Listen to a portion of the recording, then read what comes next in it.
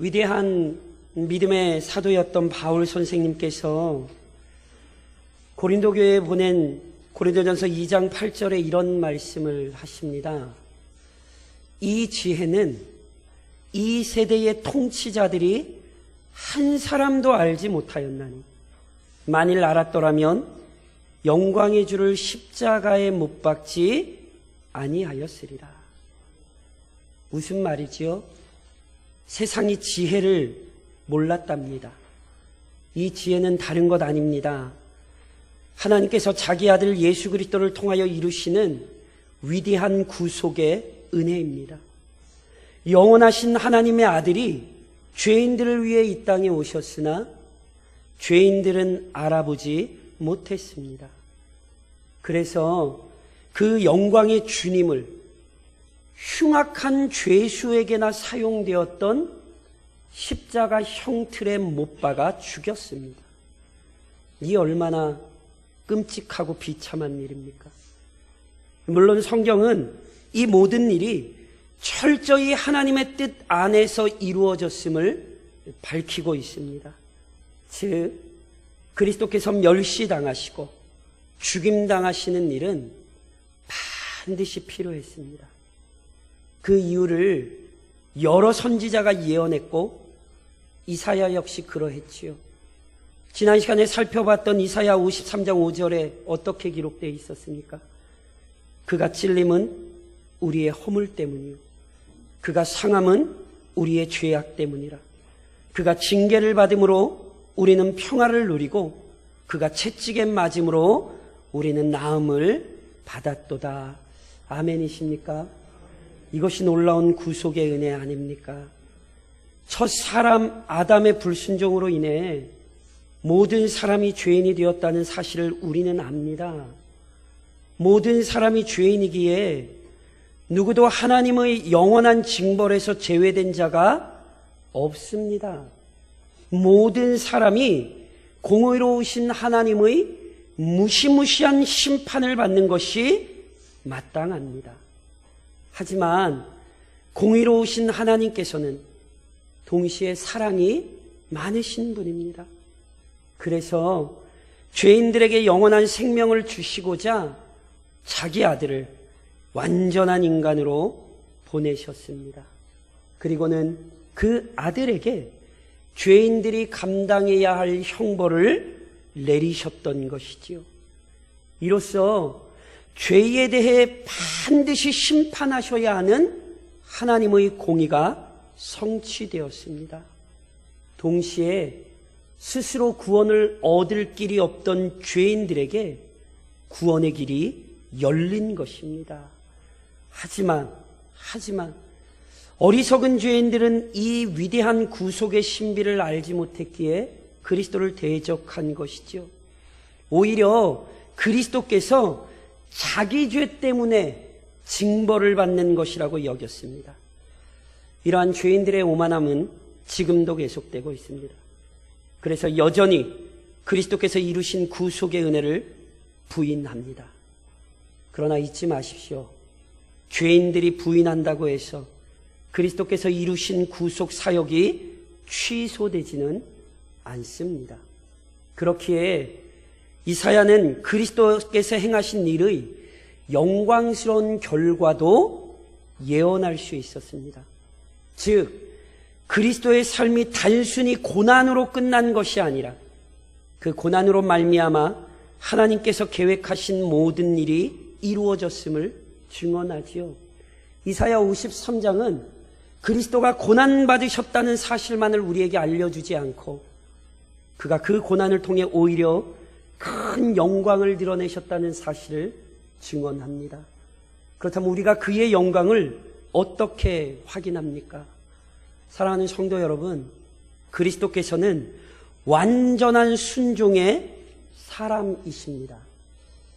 창세기는 어떻게 이 세상에 죄가 들어왔는지를 보여주지요.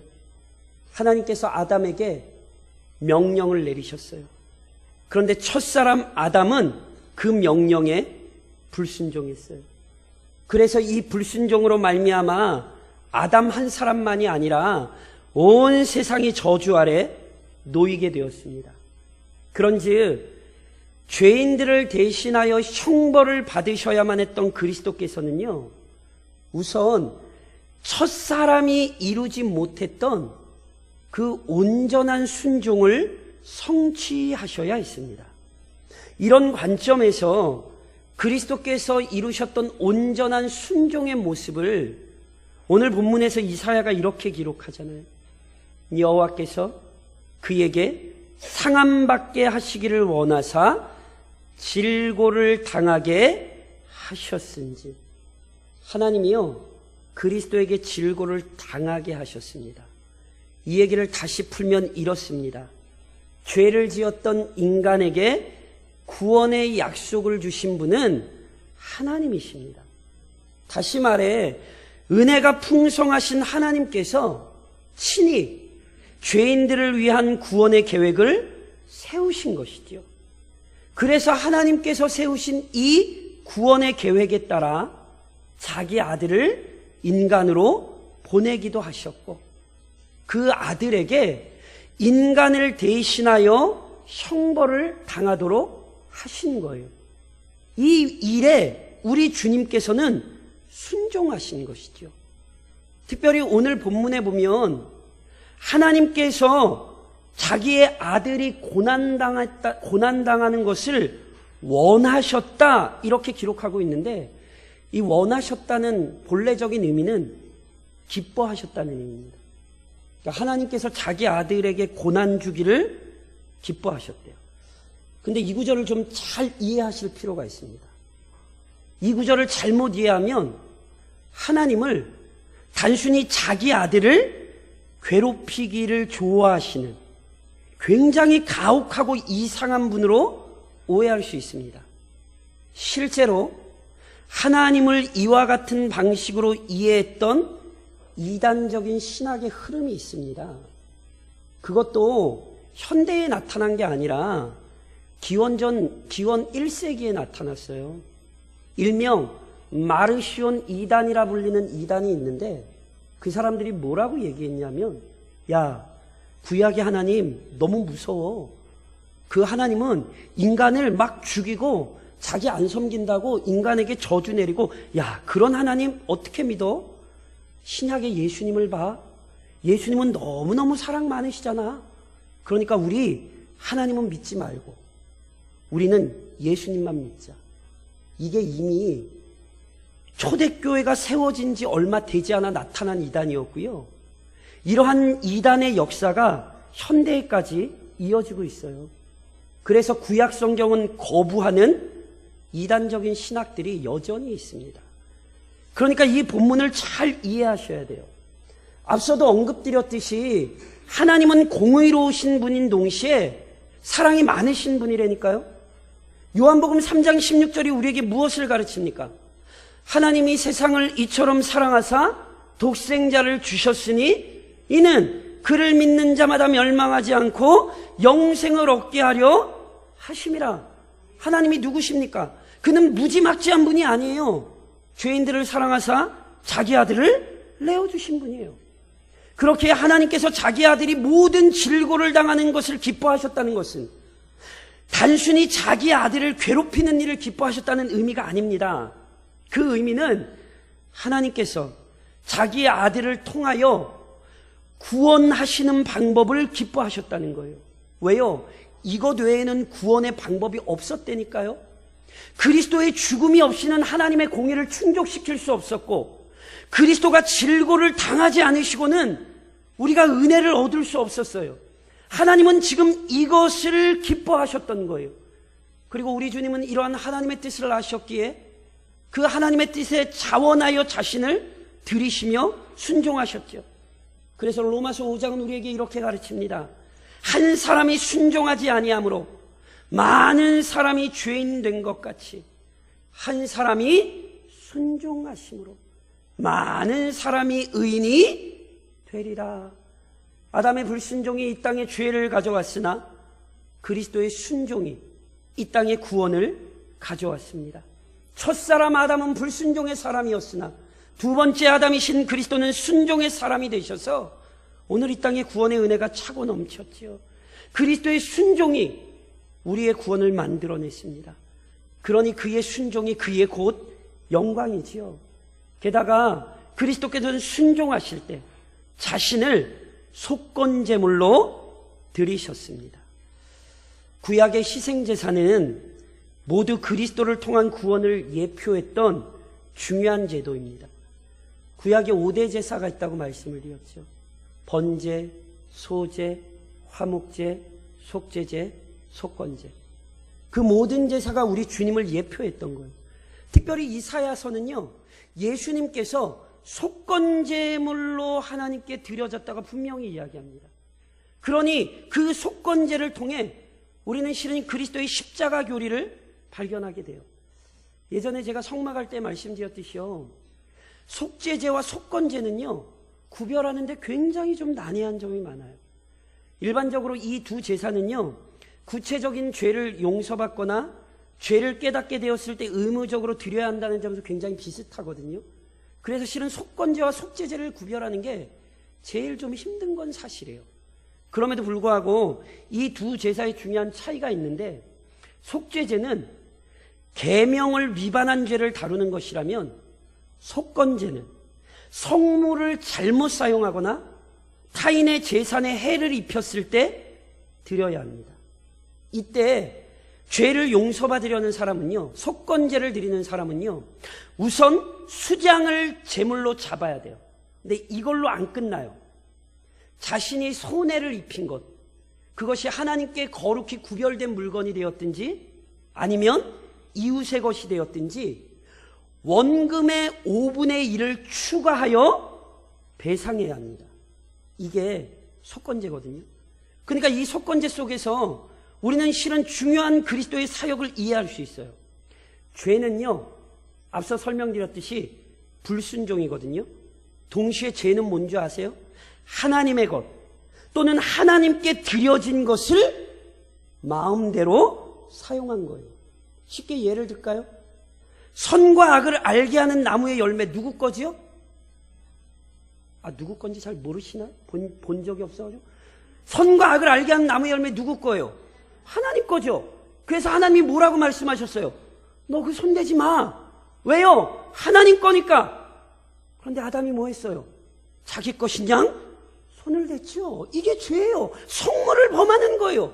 조금 더 넓게 설명드리면 모든 생명의 주인은 하나님이십니다. 그런데 어리석은 죄인들이 마치 자신의 생명을 자신의 것처럼 여기며 자신의 탐욕과 욕망을 채우며 살아가지요. 게다가 하나님의 것만 범하는 게 아니에요. 그 부패한 욕망에 이끌려서 하나님께 내게 주신 게 아니에요. 다른 사람에게 주셨어요.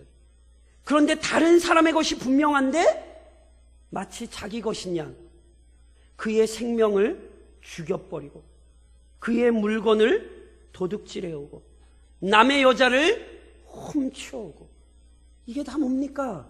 이게 죄예요, 죄. 하나님께 구별된 것 또는 이웃에게 구별된 것을 내 마음대로 사용하는 거죠. 그리스도께서 속건제물이 되셨다는 것은 바로 이러한 부패와 오류를 고치셨다는 거예요. 그리스도께서 속건제물이 되심으로 말미암아 어떤 일이 일어나죠? 에베소서 1장은 우리에게 이렇게 가르치죠. 모든 일을 그의 뜻의 결정대로 일하시는 이의 계획을 따라 우리가 예정을 입어 그 안에서 기업이 되었으니 이는 우리가 그리스도 안에서 전부터 바라던 그의 영광의 찬송이 되게 하려 하심이라. 무슨 말씀인지 이해하시겠어요? 본래 우리가 하나님의 것이잖아요. 그런데 사악한 죄악에 사로잡혀 하나님을 부인하고 그분과 상관없이 살았잖아요. 그런데 그 자들을 다시 어떻게 하셨다는 거예요? 하나님의 기업, 하나님의 소유가 되게 하셨다는 거예요.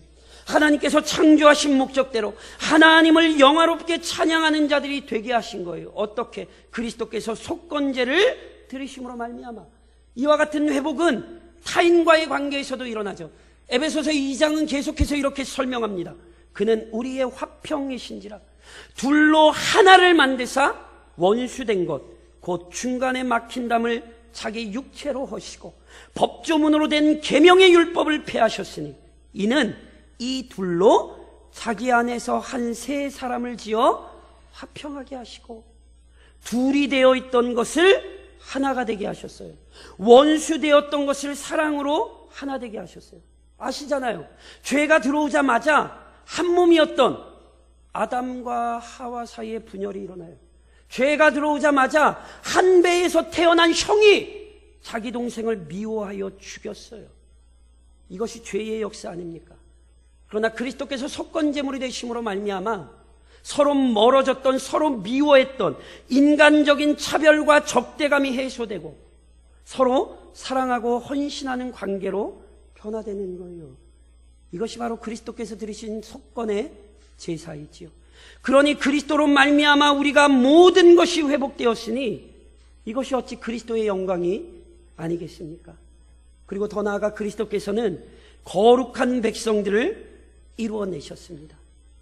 방금 설명한 것처럼 그리스도께서는 속건제물이 되셨기에 하나님의 뜻은 외면하고 자기의 욕망만을 따르던 자들에게 변화가 일어나거든요. 다시 말하면 죄의 권세에서 해방되어 하나님의 뜻에 순종하는 자들이 생겨난 거잖아요.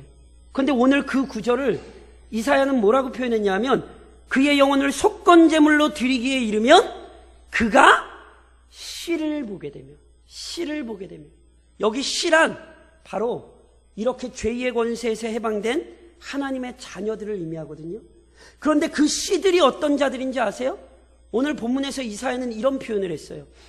나의 의로운 종이 자기 지식으로 많은 사람을 의롭게 하며, 그리스도께서 속건제로 자신을 들이셔서 많은 씨를 보셨어요. 근데 그 씨는 어떤 사람이에요? 의롭게 된 사람들이에요. 특별히 여기 자기 지식으로 많은 사람을 의롭게 하였다고 되어 있는데, 자기 지식이라는 뜻은요, 우리 주 예수 그리스도에 대한 지식을 의미하는 거예요. 그러니까 조금 다른 말로 설명드리면 우리 주님에 대한 지식이, 우리 주님에 대한 믿음이 우리를 의롭게 했다는 것입니다. 이 사실을 그래서 바울은 갈라디아서 3장에서 이렇게 표현했죠. 너희가 다 믿음으로 말미암아 그리스도 예수 안에서 하나님의 아들들이 되었으니. 죄와 불법이 난무하는 이 세상 속에요, 그리스도의 희생 사역으로 말미암아 의로운 자들, 거룩한 자들이 존재할 수 있게 된 것입니다. 이 사실 역시 아주 중요한 의미가 있습니다. 하나님께서 인간을 포함한 이 피조 세계를 창조하신 이유는 하나님 홀로 영광 받으시되 만물로부터 모든 찬양을 받으시기 위함이었습니다. 그리고 하나님께서는요, 이 목적을 이루시기 위해, 즉 하나님 홀로 영광 받으시기 위해 인간을 자신의 형상대로 창조하신 후 그 인간을 축복하셨고 그에게 만물을 다스리는 권세를 주셨습니다. 하지만 죄로 인해, 불순종으로 인해 인간은 하나님의 영광을 위하여 살아가는 존재가 된 게 아니에요.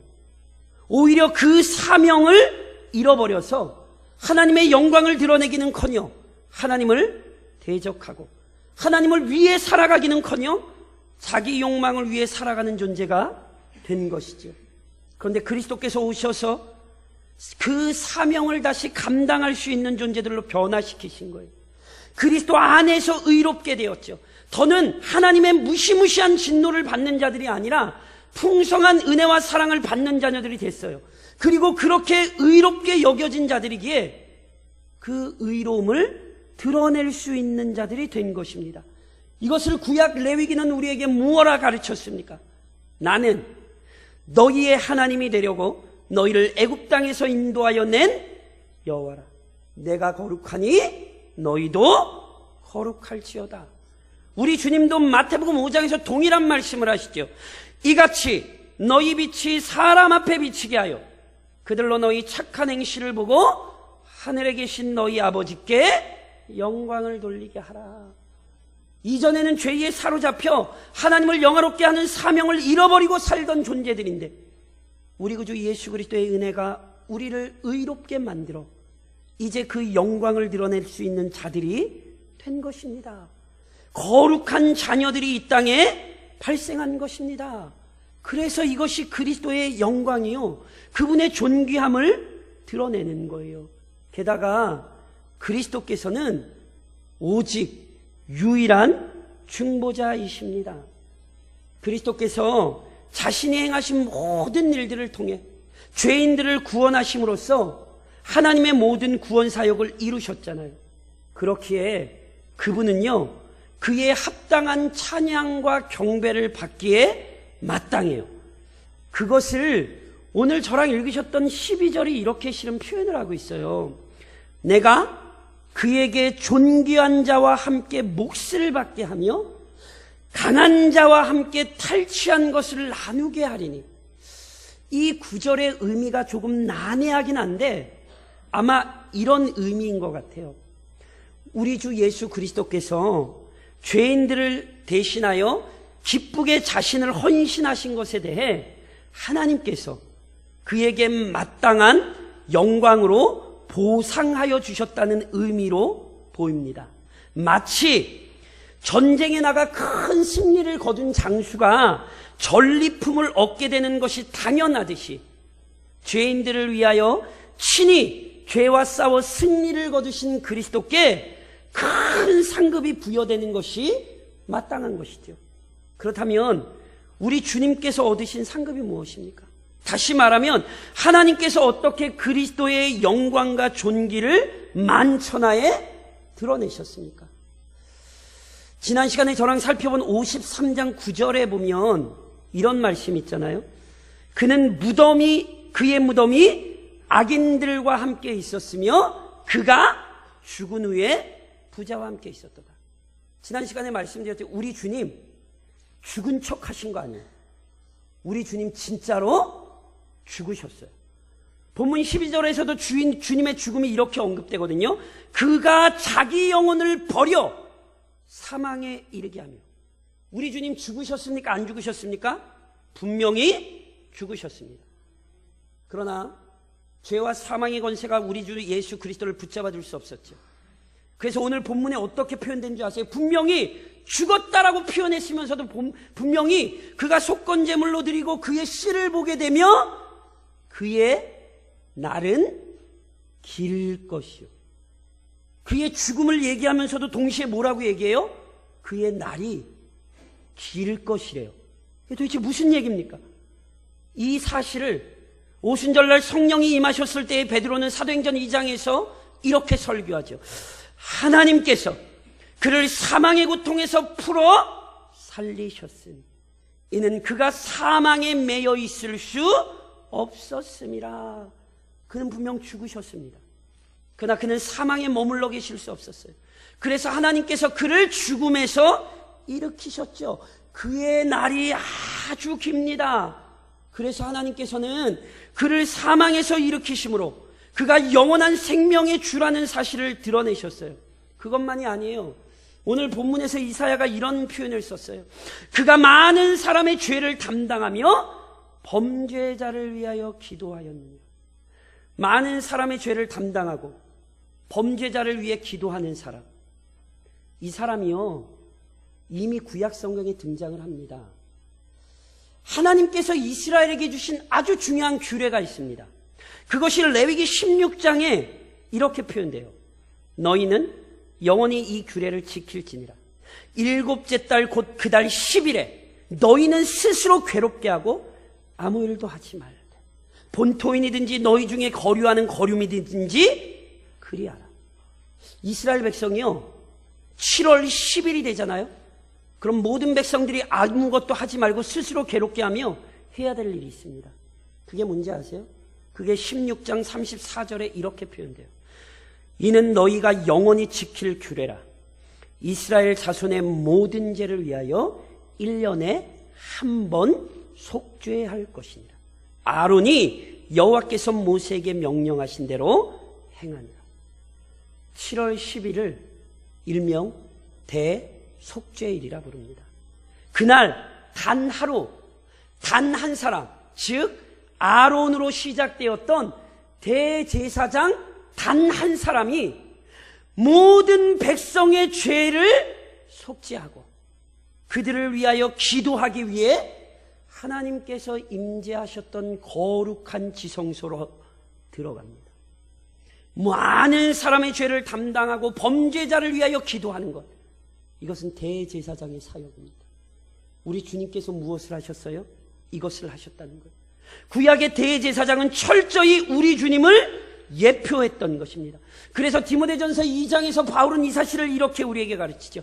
하나님은 한 분이시요 또 하나님과 사람 사이의 중보자도 한 분이시니 곧 사람이신 그리스도 예수라. 구약의 대제사장은요, 언젠가 이 땅에 오셔서 모든 사람의 죄를 지고 하나님 앞에 들어가 그 범죄자를 위하여 중보하실 예수님을 예표했던 것입니다. 하나님께서는 예수님의 고난을 통하여 예수님께서 바로 그 완전한 대제사장이라는 사실을 드러내셨던 거예요. 그래서 실제로 우리 주님은 자신의 죽음의 모습에서 이 사실을 드러내셨죠. 우리 주님이 십자가에 못 박히시던 때 누가복음 23장이 우리에게 어떻게 그 장면을 보여줍니까? 이에 예수께서 이르시되 아버지 저들을 사하여 주옵소서. 자기들이 하는 것을 알지 못함이니이다. 하나님의 아들이 구원하기 위해 이 땅에 오셨으나 그 아들을 알아보지 못하고 십자가에 못 박아 죽이는 죄인들을 우리 주님은 저주하신 것이 아니에요. 그는 유일한 중보자요 완전한 중보자이시기에 그는 그 죽음 앞에서도 죄인들을 위하여 기도하셨습니다.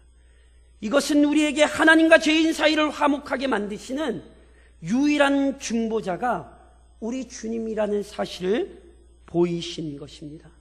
그런즉 사랑하는 성도 여러분, 그리스도가 받으신 고난과 그가 얻으신 영광 모두를 전하십시오. 우리 주 예수 그리스도께서는 철저히 성경의 약속을 이루셨습니다. 그리고 성경의 약속을 이루시는 그 모든 것을 우리 주님은 마가복음 8장에서 이렇게 우리에게 이미 말씀하셨어요. 인자가 많은 고난을 받고 장로들과 대제사장들과 서기관들에게 버림받아 죽임을 당하고 사흘 만에 살아나야 할 것을 비로소 그들에게 가르치시되, 누누이 말씀드린 것처럼 우리 주님은 처음부터 죽으러 오셨어요. 어쩌다 죽으신 것 아니에요. 그는 처음부터 죽으러 오셨어요. 동시에 그는 그 죽음의 권세를 이기고 부활하사 영광 받으시기 위해 오셨어요. 그는 자신의 죽음만 말씀하신 것이 아니라 자신의 부활 역시 말씀하셨어요. 이 모든 것을 하나님께서 죄인들에게 주신 약속이었고 이 약속대로 우리 주님이 모든 것을 성취하셨습니다. 믿으십니까? 그러므로 이제 우리에게 중요한 것이 있습니다. 그는 고난받으셨을 뿐 아니라 그는 영광을 나타내셨습니다. 그래서 오늘 우리에게 중요한 게 뭔지를 아십니까? 사도행전 1장에서 우리 주님은 우리에게 친히 이렇게 명령하셨죠. 오직 성령인 너희에게 임하면 너희가 권능을 받고 예루살렘과 온 유대와 사마리아와 땅끝까지 이르러 내 증인이 되리라. 그리스도께서 고난 받으셨고 그리스도께서 영광 얻으셨기에 이제 모든 그리스도인은 그리스도의 증인이 되어 그분의 고난과 영광 모두를 가르쳐야 합니다. 순종하사 속건제물이 되시고 거룩한 백성을 만드신 유일한 중보자이신 그리스도의 그 고난과 영광 모두를 우리는 증언해야 하는 사람들이에요. 그래서 실제로 바울은 빌립보서 2장에서 이렇게 찬양하죠.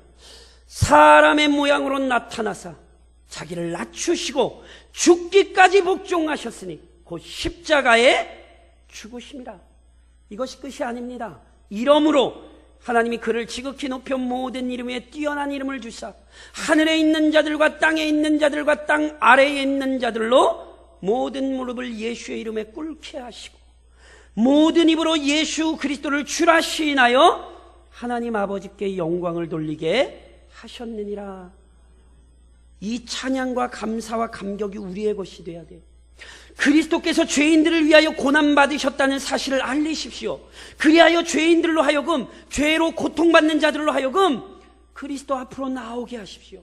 동시에 그리스도께서 얻으신 영광의 사실을 알리십시오. 그리하여 유일한 구원자요, 언제든지 우리를 인도하시는 그 그리스도를 의지하게 하십시오. 이것은 우리에게 주어진 너무너무 영광스러운 사명입니다. 그래서 시편 2편은 우리에게 또 이렇게 가르쳐요. 여호와를 경외함으로 섬기고 떨며 즐거워할지어다. 그의 아들에게 입맞추라. 그의 아들에게 입맞추라. 그렇지 아니하면 진노하심으로 너희가 길에서 망하리니 그의 진노가 급하심이라. 우리는 이 사실을 기억해야 돼요. 이것을 우리가 속히 전해야 하는 이유는 그의 진노가 급하시기 때문입니다. 더 이상은 취소될 수 없는 복음의 위대한 사실이 드러났으니 우리는 힘을 다해 그의 고난과 영광 모두를 증언해야 합니다. 이때 삼위 하나님의 충만한 은혜와 사랑을 확신하십시오. 그리스도께서는 우리와 똑같은 연약한 인간이 되셨습니다. 물론 그리스도께서는 언제나 하나님이셨어요. 그렇기에 때로 필요하다면 그 영광을 나타내셨습니다. 예를 들면 마태복음 17장에 이런 말씀이 있죠. 엿새 후에 예수께서 베드로와 야고보와 그 형제 요한을 데리고 따로 높은 산에 올라가셨더니 그들 앞에서 변형되사 그 얼굴이 해같이 빛나며 옷이 빛과 같이 희어졌더라. 예수님은 언제나 하나님이셨어요. 그런데 정말로 구속의 역사를 위해 필요한 때가 아니었을 때 그는 철저히 그 신성을 가리시고 우리와 동등한 연약한 인간으로 일하셨습니다. 그렇다면 어떻게 우리와 똑같은 인간임에도 불구하고 예수님께서 그 모든 사역을 묵묵히 감당하실 수 있었죠? 그 비밀은요, 하나님의 사랑과 성령의 도우심에 있습니다. 이것을 잘 보여주는 사건이 마태복음 3장에 이렇게 기록이 되죠. 예수께서 세례를 받으시고 곧 물에서 올라오실새 하늘이 열리고 하나님의 성령이 비둘기같이 내려 자기 위에 임하심을 보시더니 하늘로부터 소리가 있어 말씀하시되 이는 내 사랑하는 아들이요 내 기뻐하는 자라. 우리 주님은 이 땅에 사시는 동안 이 하나님의 음성을 기억하셨어요. 내가 너를 사랑한다고. 그 하나님의 사랑을 의지하셨기에 우리 주님 사명 감당하신 거예요. 동시에 성령이 충만히 임하셨잖아요. 우리 주님은 이 성령의 충만하심 인도 안에서 살아가셨어요. 그래서 아십니까? 세례 받을 때에 성령이 충만히 임하셔서 그 성령에 이끌려 우리 주님 어디로 가시죠? 광야로 가십니다. 그리고 그 광야에서 마귀에게 시험 받으셨지만 이기시죠. 어떻게 그 모든 사역을 감당하신 거예요? 성령의 충만하신 은혜로 감당하신 거예요. 놀라운 사실은요, 우리 주님께 쏟아졌던 이 사랑과 도우심이 우리 주님에게서 멈춘 것이 아니라 오직 우리 주 예수 그리스도를 통하여 부르심을 받은 모든 자들에게 흘러넘쳤다는 것입니다. 그래서요, 그리스도 안에서 하나님이 우리의 아버지가 되시잖아요. 요한복음 20장에서 부활하신 주님이 이렇게 말씀하세요. 예수께서 이르시되 나를 붙들지 말라. 내가 아직 아버지께로 올라가지 아니하였노라. 너는 내 형제들에게 가서 이르되 내가 내 아버지 곧 너희 아버지 내 하나님 곧 너희 하나님께로 올라간다 하라. 그리스도를 사랑하셨던 아버지 하나님이 오늘 우리의 아버지 하나님이 되십니다. 그러니 어찌 우리가 좌절하며 낭망하겠습니까? 동시에 그리스도께서 주신 약속에 따라 성령이 우리를 도우십니다. 요한복음 14장에서 우리 주님 우리에게 무엇라 가르치셨습니까? 내가 아버지께 구하겠으니 그가 또 다른 보혜사를 너희에게 주사 영원토록 너희와 함께 있게 하리니 그는 진리의 영이라. 세상은 능히 그를 받지 못하나니 이는 그를 보지도 못하고 알지도 못함이라. 그러나 너희는 그를 아나니 그는 너희와 함께 거하시며 또 너희 속에 계시겠습니다. 우리 안에 누가 계세요? 진리의 영이요 보혜사 성령이 함께 하시죠. 세상은 그를 알지 못하나 우리는 그분과 동행하고 있습니다. 그가 우리 속에서 역사하시며 우리를 돕고 계십니다. 믿으십니까? 아멘이 조금 못 믿으시겠어요? 그러면 또 하나 믿을 수 있는 근거를 드려드려요. 하나님의 사랑과 성령의 도우심이 보장될 수 있는 근거가 있습니다. 히브리서 7장 25절은 우리에게 이렇게 가르치죠. 그러므로 자기를 힘입어 하나님께 나아가는 자들을 온전히 구원하실 수 있으니 이는 그가 항상 살아계셔서 그들을 위하여 간구하심이라. 하나님의 사랑이 왜 우리에게 영원해요? 성령의 도우심이 왜 우리를 떠나지 않아요? 우리 주님이 지금도 우리를 위하여 기도하고 있어요. 그러니 그 기도의 능력으로 오늘 우리가 살고 있음을 잊지 마십시오. 삼위 하나님의 사랑과 은혜와 능력이 우리에게 언제나 차고 넘치고 있음을 기억하시고 그렇게 감격하는 인생을 사십시오. 그 감격 속에 영혼 구원의 은혜에 감사할 뿐 아니라 영혼 구원의 즐거움에 동참하십시오. 우리 주님은요, 너무너무 극심한 고통을 경험하셔야 했어요. 그런데 그 극심한 고통을 참아내실 수 있었던 것은요, 방금 말씀드렸듯이 하나님의 사랑도 넘쳤고요, 성령의 도우심도 넘쳐났기 때문에 그래요. 그런데 동시에 우리 주님이 그 고통 중에 잊지 않으신 것이 있어요. 그것을 본문에서 이사야는 이렇게 이야기했어요. 그가 자기 영혼에 수고한 것을 보고 만족하게 여길 것이다. 우리 주님은요, 자기의 죽음으로 인하여 하나님의 백성이 이 땅 가운데 생겨날 그 영광스러운 열매를 항상 바라보셨어요. 그 얘기는 우리 주님이 오늘 내가 하나님의 자녀가 될 것을 아시고 나를 위하여 그 모든 고난을 받으셨다는 거예요. 그래서 그리스도인으로서 자기 자신의 존귀함을 명심하십시오. 내 인생이 내 게 아니에요. 아까 말씀드렸듯이 내 인생을 자꾸 내 거라고 생각하시면 그리스도께서 속건제물이 되셔야 했던 이유를 잊고 사시는 거예요. 그리스도께서 속건제물이 되사 하나님께 원래 드려졌던 우리를, 그러나 죄에 사로잡혔던 우리를 다시 하나님의 소유가 되게 하셨잖아요. 그래서 요한일서 3장은 우리에게 이렇게 가르치죠. 보라, 아버지께서 어떠한 사랑을 우리에게 베푸사 하나님의 자녀라 일컬음을 받게 하셨는가. 우리가 그러하도다. 이것은 지금 감격하고 있는 거예요. 아, 내가 하나님의 자녀이구나. 그리스도 안에서 내가 너무너무 존귀한 백성이구나. 이 감격을 잊어버리시면 안 되는 거예요. 동시에 지금도 자신의 자녀들을 찾아내시는 그리스도의 즐거움에 동참하십시오. 그리스도는요, 자기로 말미암아 이 땅에 생길 하나님의 백성들 그 열매를 항상 바라보셨잖아요. 그는 그래서 이 땅 위에서도 그러셨어요. 예수님께서 하루는요, 사마리아에 들어가시죠. 유대인들은 지나가지도 않는 그 사마리아에 들어가셔서 참으로 비참한 인생을 살던 한 여인을 구원하세요. 그리고 그 여인의 구원과 관련하여 요한복음 4장에서 우리 주님이 제자들에게 이렇게 말씀하세요.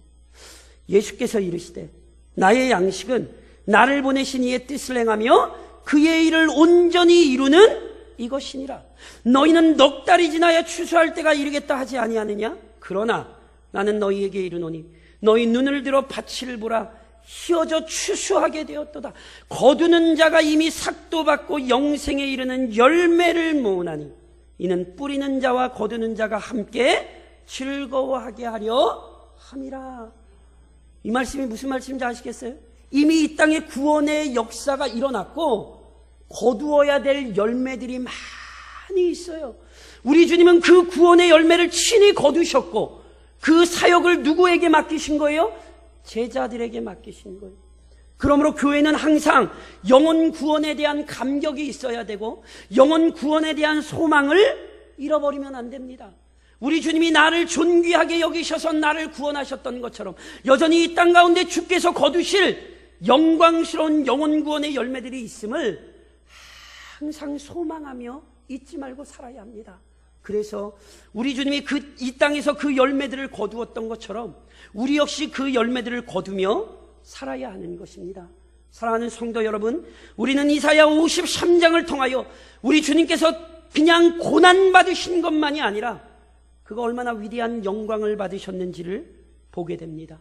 그러니 그 영광스러운 주님을 나의 주님으로 고백하며 살 뿐 아니라 그 주님께서 여전히 이 땅 가운데 이루시는 위대한 구원의 역사에 동참하여 우리 주님의 즐거움에 영원토록 참여하는 믿음의 백성들이 되실 수 있기를 우리의 영혼을 구원하신 주님의 이름으로 권면드립니다.